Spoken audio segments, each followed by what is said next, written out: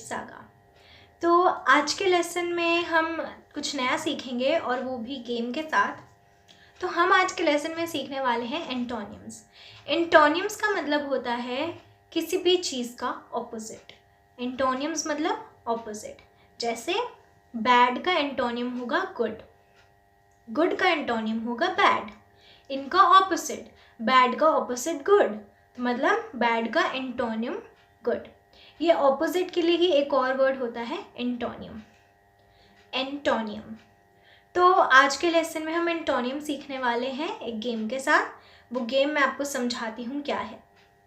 तो मेरे पास ये 12 चिट्स हैं जिस पर वर्ड्स लिखे हैं और इसके हम दो दो एंटोनियम्स सीखेंगे। और वो कैसे सीखेंगे, मैं चिट उठाऊंगी और जो भी वर्ड आएगा उसका एंटोनियम हम सीखेंगे।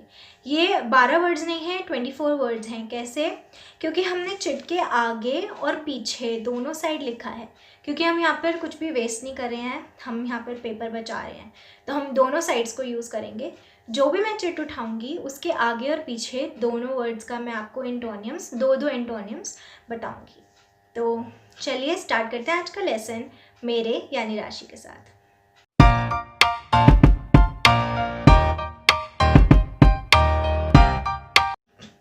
तो मैं इनको मिक्स करके इस कैप में डाल दूंगी। मुझे और कुछ नहीं मिला था तो मैंने ये कैप पहनी हुई थी, तो मैं इसी में डाल रही हूँ इनको। ये मैंने मिक्स कर दिया है, इसको सब मिक्स हो गया है। तो हम इसको एक एक करके उठाएंगे और देखते हैं क्या आता है पहले। तो हम पिक कर रहे हैं अब सबसे पहला। ये सबसे पहला इसमें आया है जॉयफुल। जॉयफुल का मतलब होता है किसी चीज़ की बहुत ज़्यादा खुशी होना। तो अब इसके दो ऑपोजिट्स हम देखेंगे। जॉयफुल मतलब बहुत ही ज़्यादा किसी चीज़ के लिए खुशी होना, तो इसका उल्टा क्या होगा, किसी चीज़ के लिए दुख होना। तो एंटोनियम इसके हो सकते हैं सैड या अनहैप्पी। इसी के पीछे जो दूसरा वर्ड है नॉलेज।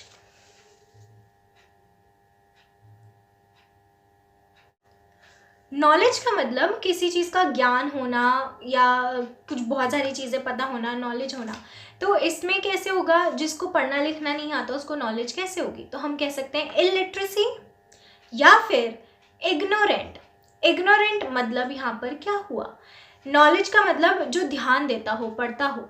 जो इग्नोरेंट है वो समझदार कैसे होगा? जब आप हर चीज़ को इग्नोर कर रहे हो, कोई आपको कुछ इम्पोर्टेंट बात बता रहा है, किसी के दूसरे की लाइफ में भी अगर आपको वो कुछ इम्पोर्टेंट बता रहा है, आप उसको भी सुन सकते हो, क्योंकि आपको बहुत कुछ सीखने को मिलता है उससे भी। तो इग्नोरेंट इंसान नॉलेजफुल नहीं हो सकता।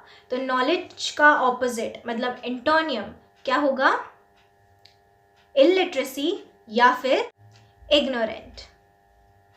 तो इस चिट को हम अलग रख देंगे और हम दूसरी चिट निकालते हैं। और दूसरी चिट हमने निकाली ये वाली, पेशेंस।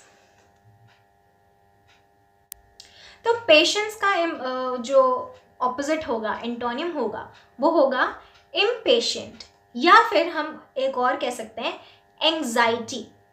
एंग्जाइटी, एंग्जाइटी मतलब किसी चीज़ के लिए बहुत ज़्यादा बहुत तंग हो जाना, बहुत ज़्यादा परेशान हो जाना। तो अब पेशेंस का मतलब तो वो होता है कि कोई इंसान कितना ज़्यादा सहनशील है। एंग्जाइटी मतलब वो सहनशील नहीं है, उसको कुछ अजीब सा हो रहा है, उसको बस जानना है कोई चीज़, उसको बिल्कुल पेशेंस नहीं है। तो एंग्जाइटी या इम्पेशेंस। इसका दूसरा वर्ड है प्रिवेंट।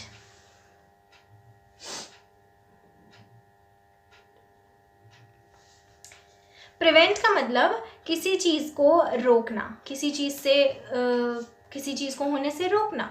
तो फिर इसका ऑपोजिट क्या होगा, किसी चीज़ को करने देना। तो हम इसको क्या बोलेंगे, अलाउ या फिर प्रमोट। मतलब हम उसको कह रहे हैं हाँ करो ये, हम उसको प्रिवेंट नहीं कर रहे, हम उसको प्रमोट कर रहे हैं। तो हम इसको फिर से अलग रख देंगे और हम दूसरी चिट पिक करेंगे। हमारा 5th और 6th वर्ड क्या होने वाला है,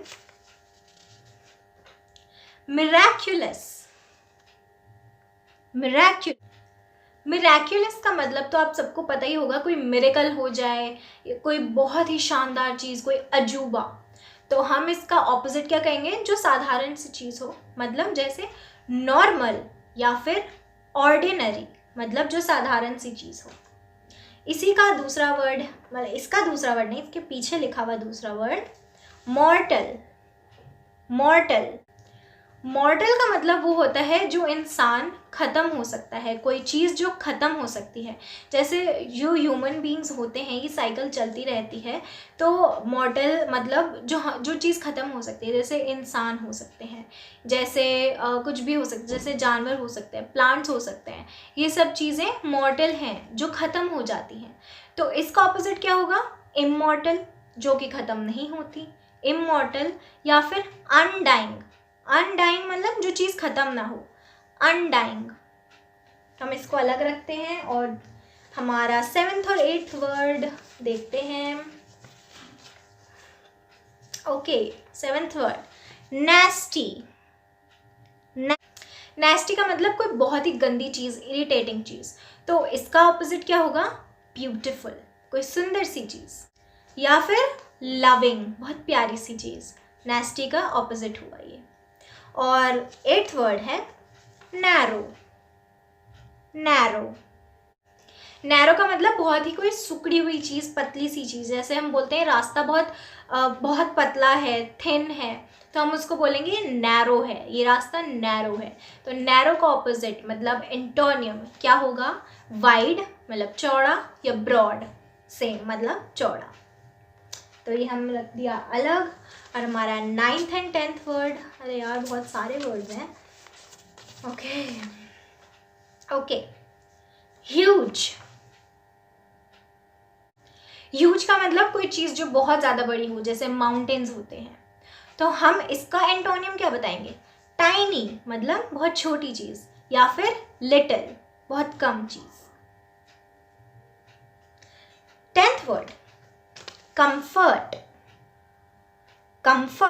कंफर्ट मतलब आराम, किसी चीज़ का आराम। तो हम क्या कह सकते हैं इसको, ग्रीफ। ग्रीफ मतलब दुख, इसका एंटोनियम होगा ग्रीफ मतलब दुख। अब जब आप कंफर्टेबल हो तो आप खुश हो, ग्रीफ मतलब दुख, आप दुखी हो। या फिर हम कह सकते हैं डिस्टर्ब मतलब परेशान करना। कंफर्ट मतलब आराम, डिस्टर्ब मतलब परेशान। तो ये हो गए इसके एंटोनियम्स, डिस्टर्ब और ग्रीफ। नेक्स्ट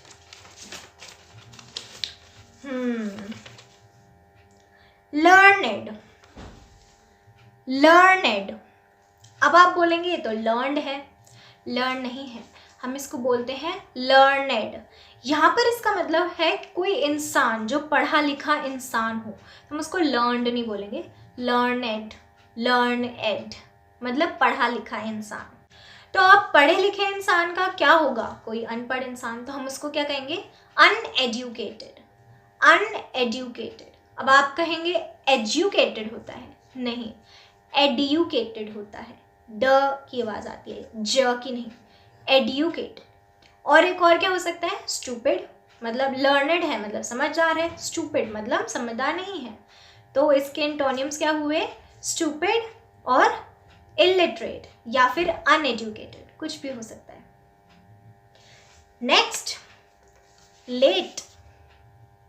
लेट मतलब देर से, इसका क्या होगा ऑपोजिट, फास्ट, या फिर अर्ली मतलब जल्दी। अर्ली मतलब जल्दी, फास्ट मतलब भी जल्दी। तो लेट का एंटोनियम क्या हुआ, fast and early. Next this one. Okay, purposely. Purposely मतलब जानबूझ के करना। तो इसका क्या होगा, प्लानलेस। प्लानलेस मतलब जो बिना प्लान के हमने किया है, पर्पसली मतलब हमने ज़बरदस्ती किया, उसको प्लान के साथ किया है। प्लानलेस मतलब बिना प्लान के। या फिर एक और हो सकता है एक्सीडेंटली, मतलब गलती से, प्लान नहीं था, गलती से हो गया। तो पर्पसली के क्या होंगे एंटोनियम्स, एक्सीडेंटली या फिर planless. Next near. Near near near का मतलब कोई चीज़ जो पास है, तो पास का क्या होगा ऑपोजिट, जो चीज़ दूर है, तो इसका क्या हुआ, फार। या फिर हम कह सकते हैं डिस्टेंट। डिस्टेंट मतलब जो चीज़ दूर होती है, दूर कोई जो चीज़ है, कोई घर दूर है, तो हम उसको कहते हैं डिस्टेंट। तो नियर के एंटोनिम हो गए फार एंड डिस्टेंट। नेक्स्ट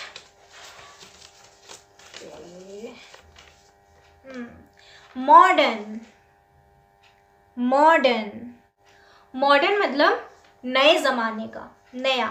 तो हम इसका क्या एंटोनिम क्या होगा, एंशियंट मतलब पुराना, या फिर ओल्ड। एंशियंट मतलब जो बहुत बहुत साल पुरानी चीज़ हो। तो मॉडर्न के एंटोनिम्स हुए एंशियंट और ओल्ड। Next legal.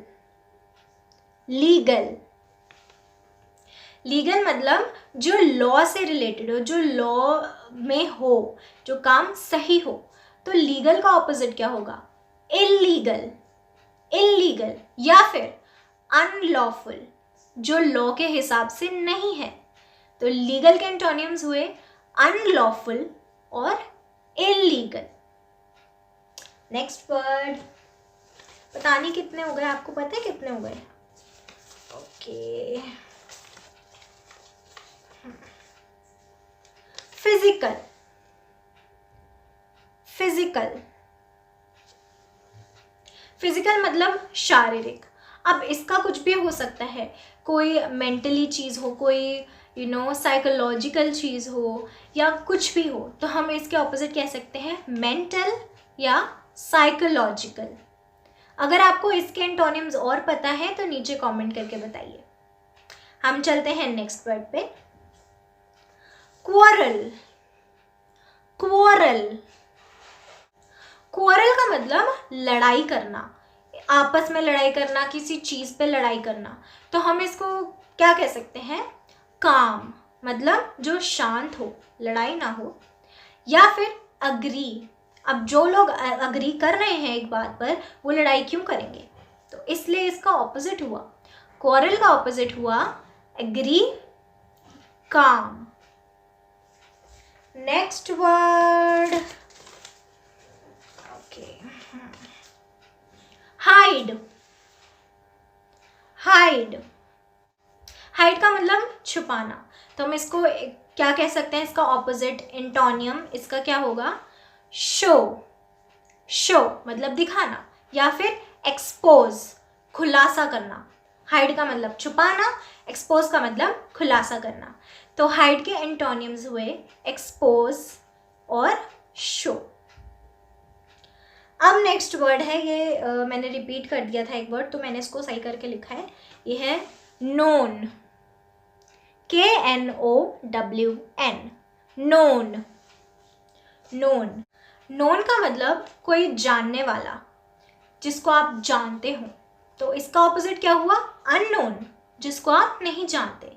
या फिर अनआइडेंटिफाइड मतलब नहीं पहचानते, आपको इसकी कोई पहचान नहीं है, आप नहीं जानते इसको।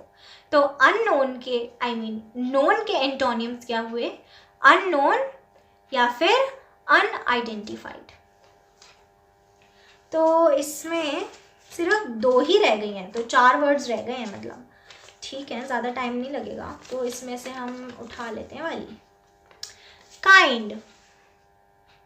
काइंड, काइंड मतलब कोई बहुत अच्छा हो, जो आपके जो केयर करता हो। तो इसका ऑपोजिट क्या होगा, क्रूअल। क्रूअल मतलब जो बहुत परेशान करता हो, जो गंदा इंसान हो, वो क्रूअल।